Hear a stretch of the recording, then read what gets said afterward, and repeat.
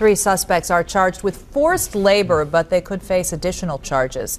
Thanks for joining us. I'm Kristen Hartman. And I'm Jerry Ravish. We've been digging all day and have uncovered some disturbing details about this story. 10 TV's Tanisha Millette is in Ashland, where she's learned much more about the victims and the suspects in this case. A U.S. district spokesperson tells us the adult victim in this case suffered a traumatic brain injury and that left her with developmental disabilities. They say that 2 of those suspects knew of her and of her challenges, and they conspired to take advantage of her. It's still hard for some to take it all in. I live right up the road and never suspected this going on. I didn't even know this house was back here. Today we are learning more about what went on back here. Investigators say Jordy Callahan, Jessica Hunt, and Daniel Brown forced a cognitively disabled woman and her child to stay in this home.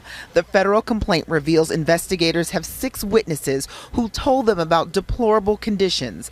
That the room the woman and her 5-year-old stayed in was padlocked all night. It says one told detectives that the woman was dragged down a flight of stairs, then had her face held by a pile of mess made by dogs, and that she and her daughter never ate until after the dogs were fed.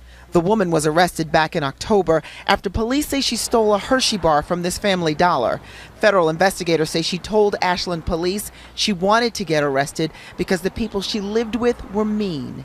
Kim McRoberts says she knows suspect Jordy Callahan and claims he bragged about keeping the girl after police picked her up. He told me it was about 6 months ago or so at Circle K. And he said that he was getting like 12 years for keeping this girl here, and that if she went to the police, that he was going to show him the video of her beating her daughter to try to get her money. Abuse the woman, Shannon Eckley, told investigators she was forced to commit, and that the video was what the 3 used as blackmail to force her to stay. Eckley was sentenced to 150 days in jail for the abuse. She has since been released. Investigators say they are continuing to look into this case, but the 3 will be arraigned sometime next week. In Ashland, Tanisha Millette, 10 TV News.